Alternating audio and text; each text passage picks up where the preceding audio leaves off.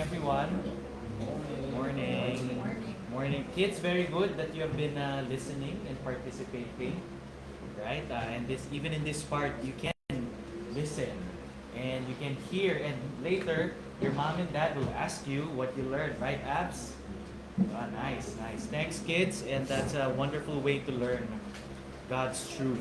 Okay. So we are now continuing in our journey sa Proverbs. Proverbs 2 na tayo. Praise God. And as a start, or as an introduction, let me talk about incentives. I'm sure yung mga mami dito are very much aware of mga incentives. Mga promos, ganyan. No? I remember earlier pa doon sa marriage namin ni Felix, bata pa, si Bella pa lang ata nun, may incentive yung isang credit card na gamit ko. Hindi ko nasasabihin kung anong banko, baka sabihin nyo pa bias, pero sabihin na lang natin, basta may credit card. Tapos yung credit card na yon, meron siyang promo na if you use it and yung single receipt mo is 2,000, you will get a small pizza.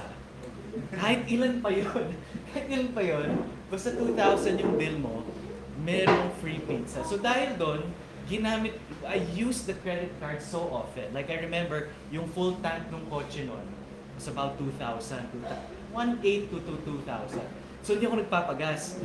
Sinasaad ko siya para pag nagpagas ako, sagad. And if it doesn't reach 2,000, tulak niya, shake it, so that it will reach 2,000. Even sa grocery, 1,800 na lang. Bili pa tayong chippy para umabot ng 2,000. So in short, the plan of that company worked.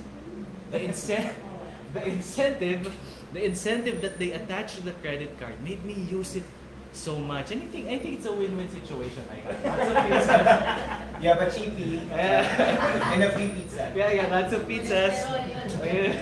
They got increased usage, increased marketing, and I'm sure maraming nakinabang doon sa pizza. So why start with the incentive program? Because we also see God's wisdom in attaching so many better and more lasting rewards for those who seek and receive the wisdom that He gives in His Word. And that is what we will be seeing this morning. That's why ang title natin for this morning is The Rewards of Wisdom.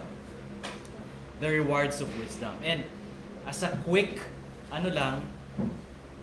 recap, yung theme natin ng Proverbs is about describing and instilling wisdom in God's people, founded in the fear of the Lord, that works out covenant life in the practical details of everyday situations and relationships. Very practical itong wisdom ng Proverbs. Although wala pa tayo doon, but it's what we're going through the first 9 chapters is setting us up for that.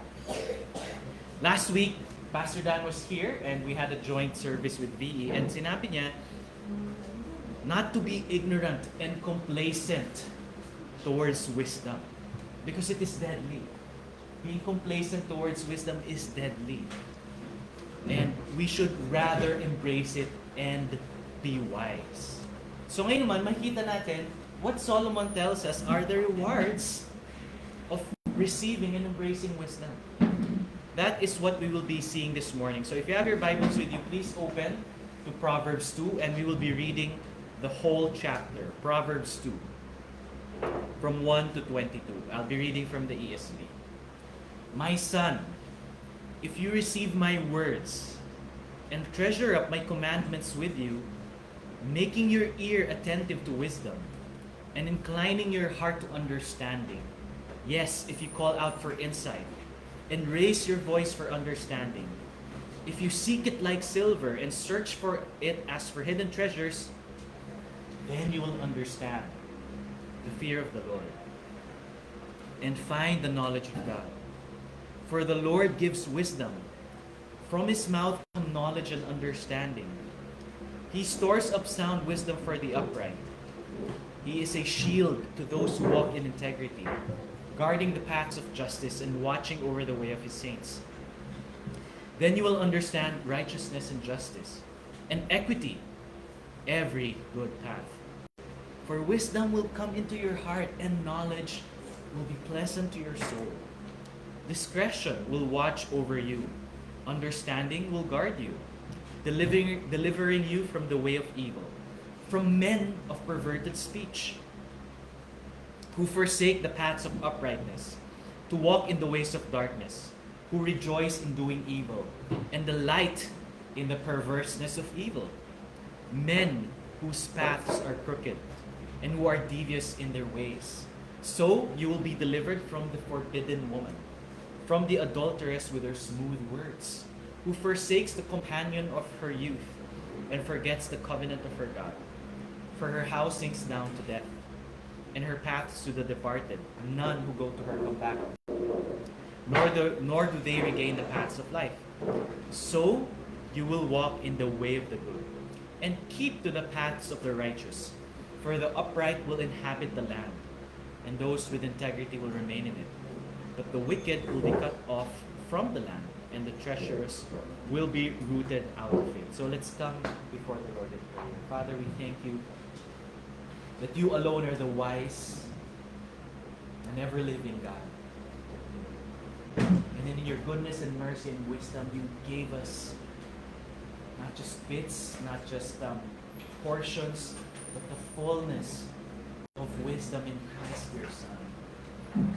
Thank you that you change us to be more like you. And you renew us daily through the growth and increase that comes from you, through the ordinary means of grace that you give us, the reading of your word, prayer, meditation on your word, fellowship with the saints, the Lord's Day, proclamation of your word.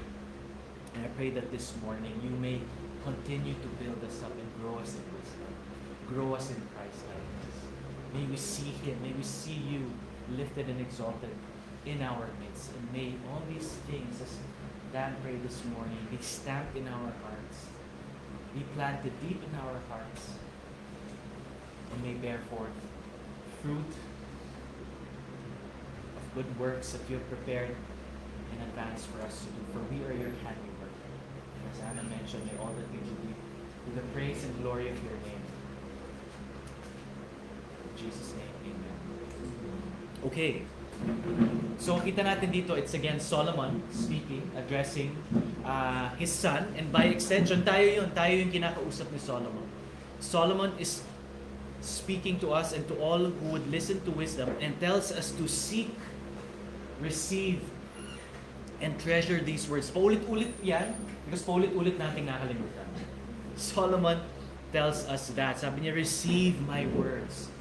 Treasure my commandments with you, making your ear attentive to wisdom, inclining your heart to understanding, calling out for insight, raising your voice for understanding, seeking it like silver, and searching for it as for hidden treasures. The first thing that Solomon teaches us here is that wisdom does not fall into our laps. Hindi siya nahuhulog just like that. While it is freely available, there must be a search. There must be a longing and an urgency on our parts to seek it out and receive it. Sabi nga ni Matthew Henry, we must be willing to take pains. We must seek it as silver, preferring it far before all the wealth of this world, and laboring in search of it as those who dig in the mines, who undergo great toil and run great hazards with indefatigable industry and invincible constancy and resolution in pursuit of the ore.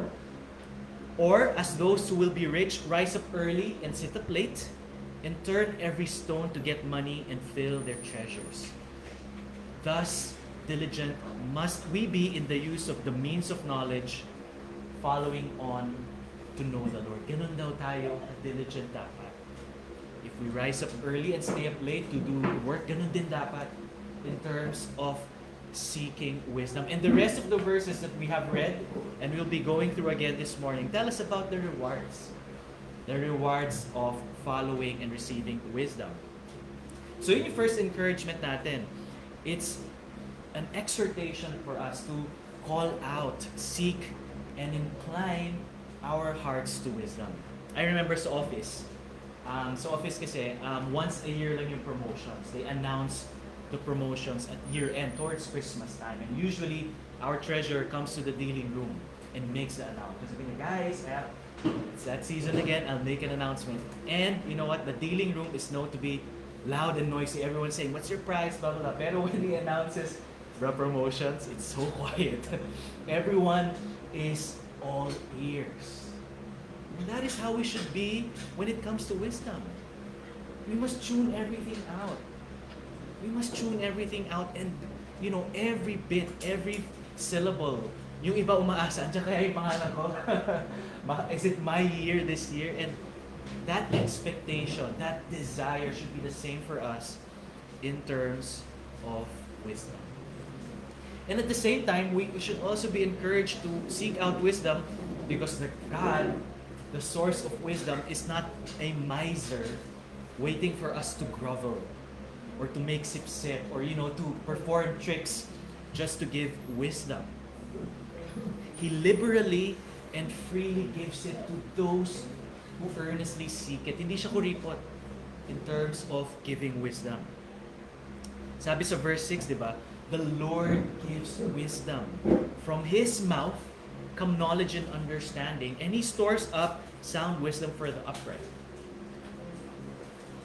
Hindi lang siya source, kita natin dito sa binasa natin, hindi lang siya yung source ng true and proper godly wisdom. He is also a repository of it, meaning nag-umapaw. Napakarami.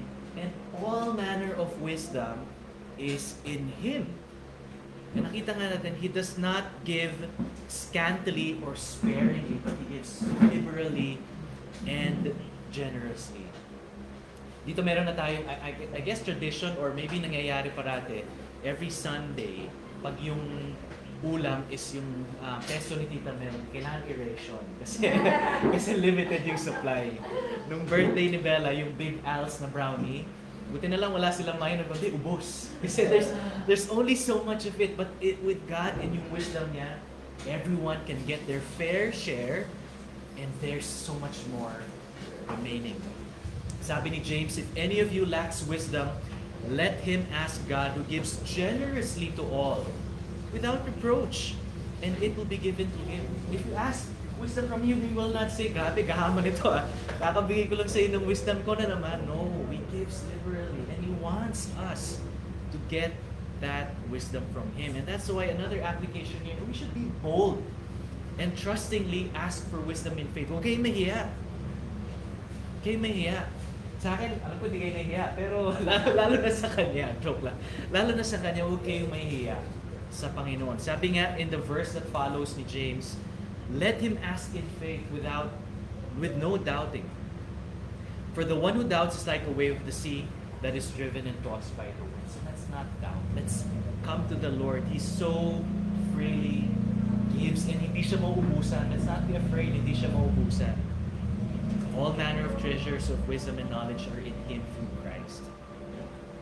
So with that introduction, kita natin, ito yung i-unpack natin this morning. Ano nga ba yung results or rewards or incentives of seeking and receiving wisdom from God? And to give us an idea of those three things, meron tayong 3 R's to guide us. The first one is the reward of seeking wisdom is you will receive it. You will receive understanding, knowledge, and wisdom. The next thing we will see is you will be restrained from the evil or crooked path. And the third one is that you will remain in the righteous path. Ito yung rewards. And not only this, marami pa, but the ones that we read this morning, ito yung makikita natin. So the first thing is we will receive understanding and wisdom. Sabi sa verse 5, if you seek and call for wisdom as silver, then you will understand the fear of the Lord and find the knowledge of God. Then you will understand righteousness and justice and equity in every good path. For wisdom will come into your heart and knowledge will be pleasant to your soul. Sabi doon sa words na yun, understand is to discern, perceive, know. Find is to encounter, discover, and acquire. And yung pleasant is sweet and delightful. Ito yung isa sa unang rewards of seeking wisdom. You will receive it and you will understand it. You will understand wisdom. Di ba napaka-gratifying ng feeling when you finally understand something? Pag may problem kang hindi maintindihan or may theory kang hindi maintindihan, and then when you understand, yung pala yun. It's such a wonderful feeling to understand something. And that is what the Lord tells us. If you seek wisdom, you will receive it and you will understand.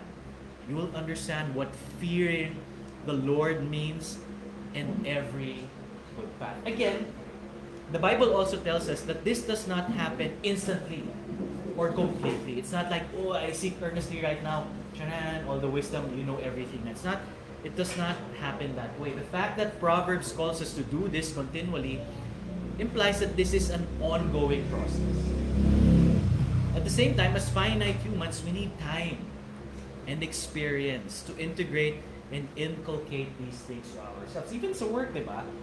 Even if you do things daily, you still need time to get used to it, to become a master, to become an expert or an artisan in these things. And even Jesus, di ba? Jesus shows us in His human nature, in His humanity, He grew in wisdom and stature.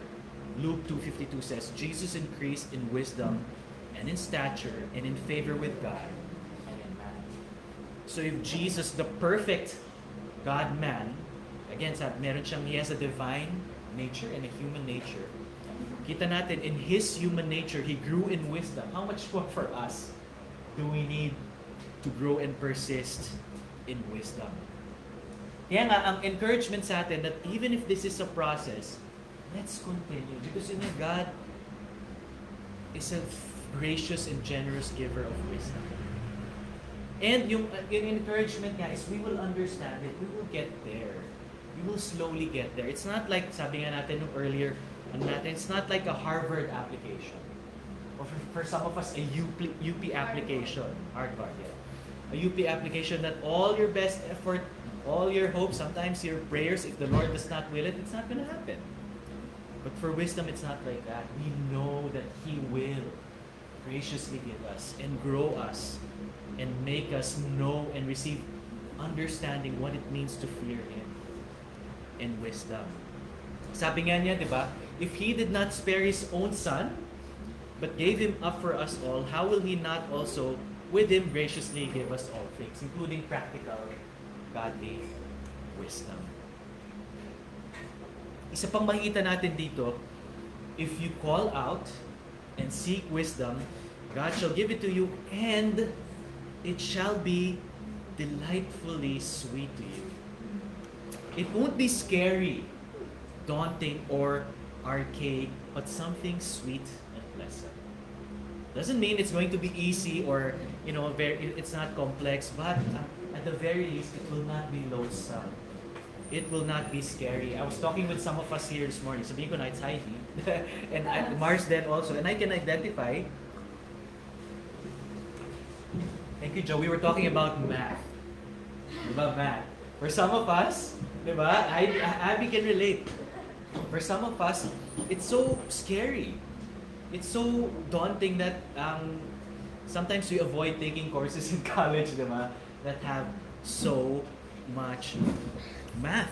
But wisdom from the Lord is not like that. He changes us.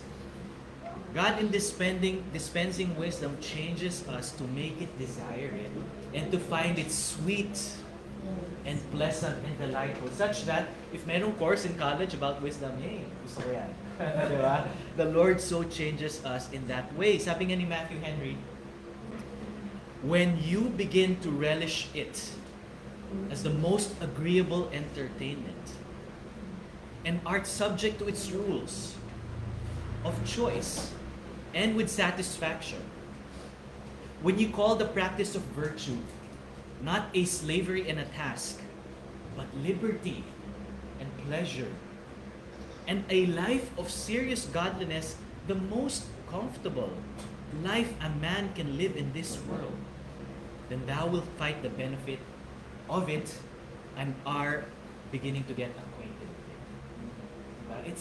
That is how the Lord changes us, that we are able to say a life of godliness is the most comfortable life a man should live. I remember nung bago ko nakilala si Felice, since she lived in Iloilo and it's a sea or a coastal town, mahilig siya sa talaba, oysters, yung boiled lamb. Nung una ko natikman to, ano to? Pero she was eating and devouring so much of it. But over time, because asawa ko siya, and she would always get it and eat it every so often. Ano, ganun pala yun. I finally understood and had an appreciation of oysters. I developed a taste for yun pala yung acquired taste. So ngayon, hinahanap-hanap ko na siya. Hindi lang yung oysters with cheese. Kasi yan, medyo, that's cheap. It's Rockefeller oysters, it's like something else. But anyway, yung oysters na, anong tawag doon? Yeah, pure unadulterated with suka. I finally got an acquired taste for it. So with wisdom. If from the start, diba, sabi nga ni Dan, because of our sin, we're unwise, we don't like it. But in Christ, He changes us to have an acquired taste for it. And we want more and more of it. That's why, another application for it is seek it, continue to desire it. Long for it, that it may be a virtuous cycle. Sabi nga nung isang commentary, this is the circular paradox. Seek wisdom, find God. Seek God, find wisdom. And once one does find wisdom, one is to thank God for it. It's not us, it's God. It's a circular paradox. Para ring health and fitness. Diba? When the more you eat healthy, the more energy you have to exercise. The more you're encouraged to eat the right fuel, so you have energy to exercise, and so on and so forth. As you can see with me. Anyway, I know that destroyed the illustration, but you get the point. Another thing that what we read this morning tells us is in verse 9, then you will understand righteousness and justice and equity and every good path. Ang ganda dito, sabi, God gives wisdom to His people to discern every good path. Sometimes in life, di ba, we are confronted with many good choices. It's not black and white. Now, obviously, this is a wrong choice and this is the right choice. Sometimes it's, hey, they are all okay.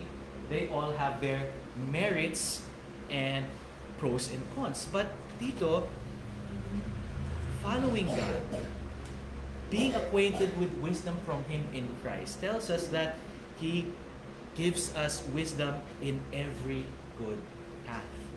He gives us discernment to know which is the best course to take in when we find ourselves in situations like that. And even trains us if we, for some reason or another, mistakenly take another path. In His wisdom, yun yung maganda sa Kanya. If we are in Christ, all things work out for good. And He gives us the discernment to do these things. Sabi nga nung isang commentary, wisdom is not high IQ. It's moral discernment of good and evil. It is the ability to see life from God's perspective and to act accordingly. That is wisdom. And sabi rin dito, di ba, receiving wisdom includes being protected and shielded and watched over by the Lord. He is a shield to those who walk in integrity, guarding the paths of justice, and watching over the way of His saints. So ngayon na medyo high-tech na tayo, at marami talagang blessings din ng technology. It's not all bad, it's not all good. And I praise God for Find My. Kasi may mga Apple apps sa inyo, yung Find My. So aside that, I can always see where my family is. So Bella says, I'm in school, I can see she's in school. When Therese... That's different. But anyway, so when Therese says she's in the condo, I can see and Find My. And that's very helpful for me as a dad, and it has many limitations. But for God, iba yung Find My niya. He literally is with us. He knows us and He guides us, and He's not watching from a distance through the phones and satellites, but He is with us. He walks with us. And as we submit to Him, His wisdom and guides us, and He is protecting and leading us. What a comfort, diba? That for us, we can only do Find My, but for the Lord, He is with us. He is with us. And yun yung what wisdom means. That is what walking in wisdom means. That is what walking in the fullness of wisdom in Christ means, and that's the reward of seeking Him. The second reward that we see is that we are restrained from the evil or the crooked path. Sabi sa verse 11, discretion will watch over you. Understanding will guard you. Delivering you from the way of evil, from men of perverted speech, who forsake the paths of uprightness, to walk in the ways of darkness, who rejoice in doing evil, and delight in the perverseness of evil. Men whose paths are crooked, and who are devious in their ways. So you will be delivered from the forbidden woman, from the adulteress with her smooth words, who forsakes the companion of her youth, and forgets the covenant of her God. For her house sinks down to death, and her paths to the departed. None who go to her come back, nor do they regain the paths of life. So another reward of wisdom. Understanding and discretion will guard and deliver you from the crooked path. And even before we get there, ang maganda dito is Proverbs is very true. It's very real. It's so connected to reality because dito pa lang it implies or it frames yung Proverbs in the reality that we live in a broken and fallen world. It's so in touch and grounded with reality na hindi siya, alam mo yun, it doesn't start with, hey, it's a good world, you know, there's no evil out there. No, it's so in touch with reality that because of sin, we live in a fallen world and it operates from that. And dun pa lang, it's so helpful because it takes away naive idealism. It takes away the notion that, you know, yung basta yung ganung klaseng naive idealism. I'll give na lang an example so it's easy. When I was a teenager, I was idealistically naive na, and I think I was talking with some friends, or I'm not sure if it's me or a friend. Parang we were talking na, alam mo, if one of us or just me, if we just become president of the Philippines, everything will be fine. We know the solutions. We know what to do. The people in there right now, if they only just can just give me a platform or hear it, it's gonna happen. And now I realize, 20 years after, that was so naive. That was so naive. Yeah, it's the world we live in is so much more complex. There's so many more dynamic forces at play that it doesn't work like that. And Proverbs, time pa lang ni Solomon knew that already. It operates from that perspective. And it's so realistic that it says that there are men who rejoice in evil and delight in perversity. How's that for reality?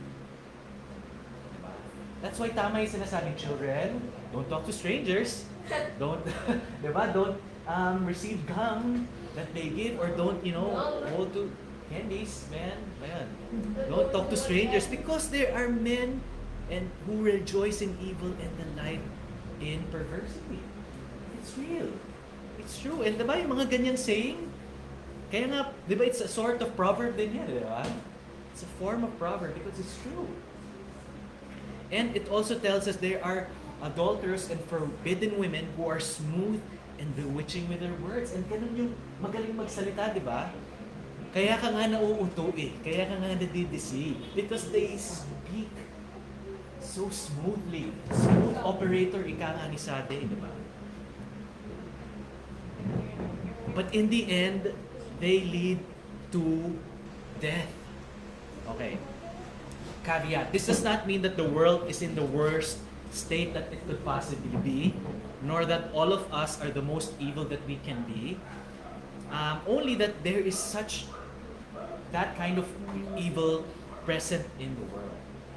And knowing that, we should not be jaded or cynical. Hindi rin naman yun yung reaction that, ganyan talaga masama everyone, that we doubt everyone or we're suspicious of everyone. Hindi rin naman yun yung ating reaction. Only that it's a reality and it shapes our life's expectations. It gives us the proper expectations on life. And at the same time, despite that, the comfort is God's glory and goodness still shine. It still shines in this broken world. Sabi nga ni Paul, for what can be known about God is plain to them. His invisible attributes, His eternal power and divine nature has been clearly perceived ever since the creation of the world in the things that have been made, so they are without excuse. In one article I read recently in the New York Times, sabi dito, some people worship in a church, others in a temple or a mosque. I attend the cathedral of the wilderness. For among wildflowers in an alpine meadow, we can all connect to something grander than ourselves. I don't want to over-romanticize the wild. My cathedral has no thermostat, Dan can relate. It's always too cold or too hot, and it can be filled with mosquitoes. But the wilderness still fills me with a semi-religious awe. The world can see. Diba? Paul is right. The world can see, diba, the invisible attributes of God. And yun nga, His goodness still shines. Sabi in Matthew, He makes His sun rise on the evil and on the good, and sends His rain on the just and the unjust. Yung application natin is to know that there is evil and perversity in the world, and this knowledge, we should make use of it so that we are wise and prudent as we navigate our daily life. And it's a warning. Ito, baka maraming magalit sa akin, pero sabihin ko na lang din. Diba? Adulteress speaks with smooth words. Hindi mo masabi. Ang galing nila mag-smooth operator. It's like candy. Diba? Candy. They are packaged so beautifully and whimsically. Oh, it's so attractive when I walk by. Ano yung candy store nila? Yan, candy corner.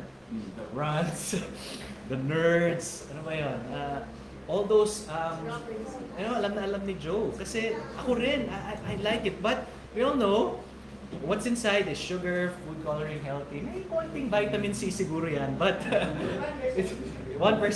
Si Kim. It's like, smooth adulteresses are like that. Diba? They look so appealing. They look so tempting. But inside, when you take a bite, but when it's inside, does it give health? No. Diba? If that's your daily diet, let's see in 3 years what you look like. Yeah? Diba? It leads to death.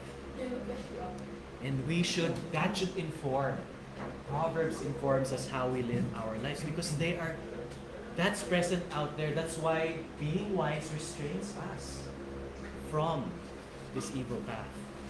And lastly, it also, the final R, allows us to remain in the righteous path. Sabi sa verse 20, so you will walk in the way of the good and keep to the paths of the righteous.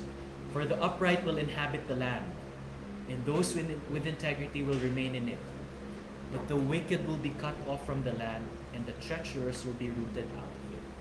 So nakita natin, wisdom preserves and protects those who receive her and keep her, and they allow them to be in the righteous path.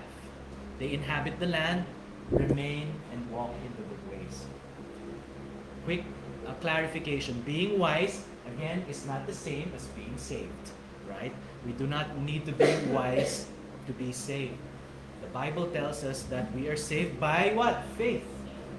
Through grace alone, in Christ alone, according to the Word alone, to the glory of God alone. But Proverbs teaches us that the ones who are saved, the ones who are in the covenant community, who look to Christ, live in His wisdom, generally speaking, keep to the good path, and remain in the land. Again, may exceptions, and wisdoms, kaya nga, ang ganda ng wisdom literature in Proverbs, si Job, diba, is an exception. He lived righteously and blamelessly, but we know what happened to him. And ultimately, the best picture of this is Christ.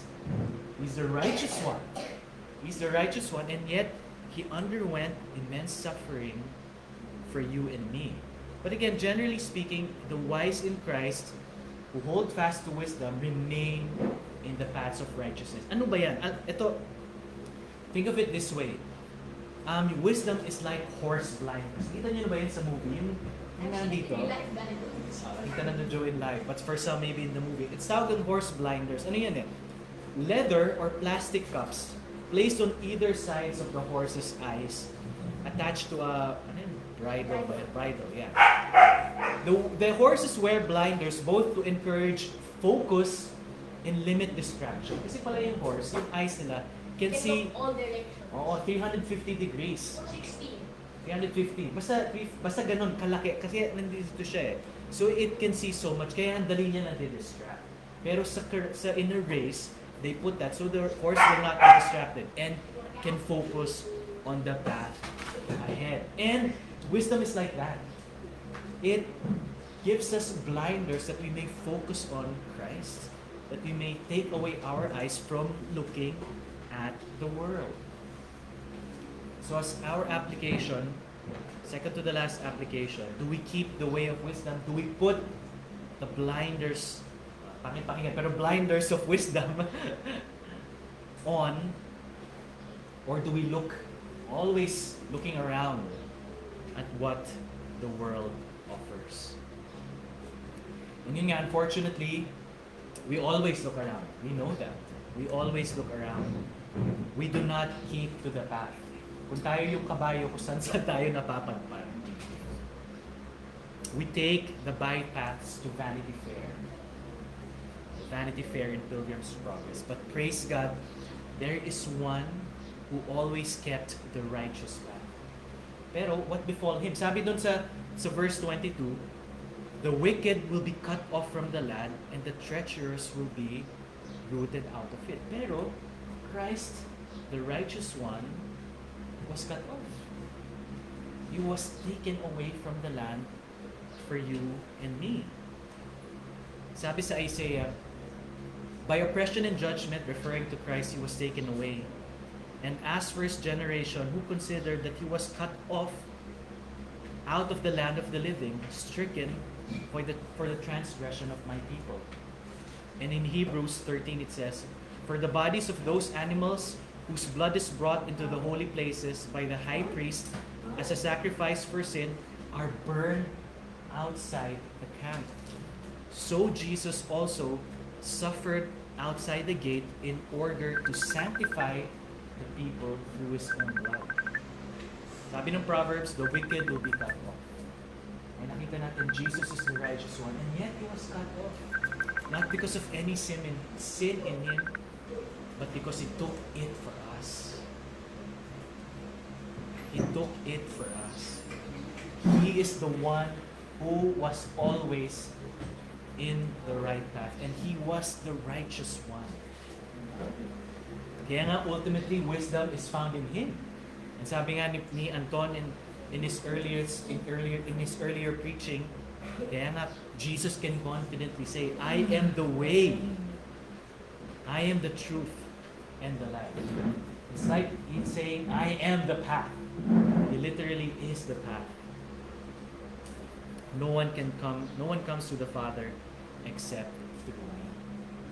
That's why yung ultimate reward of wisdom is knowing the righteousness of Christ and the life, the eternal life that we have in Him.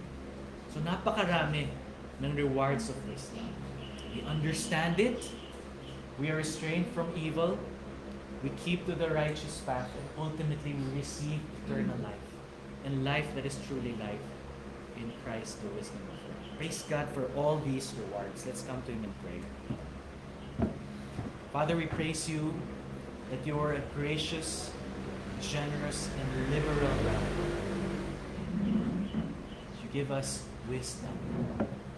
And the fullness of that is in Christ, Your Son, our Savior and our Redeemer. Thank You that You patiently grow us in wisdom. Far too often we take out the blinders of wisdom and look to the world and stray to many paths. But thank You that You restore, and ultimately if we are in Christ, You lead us back. You bring us back and help us to be wise, to make the right choices.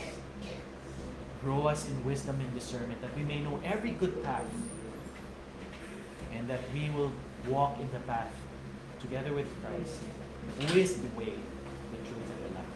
We thank You in Jesus' name. Amen. Thank you, Joe. Okay, so praise God for our time in Proverbs 2.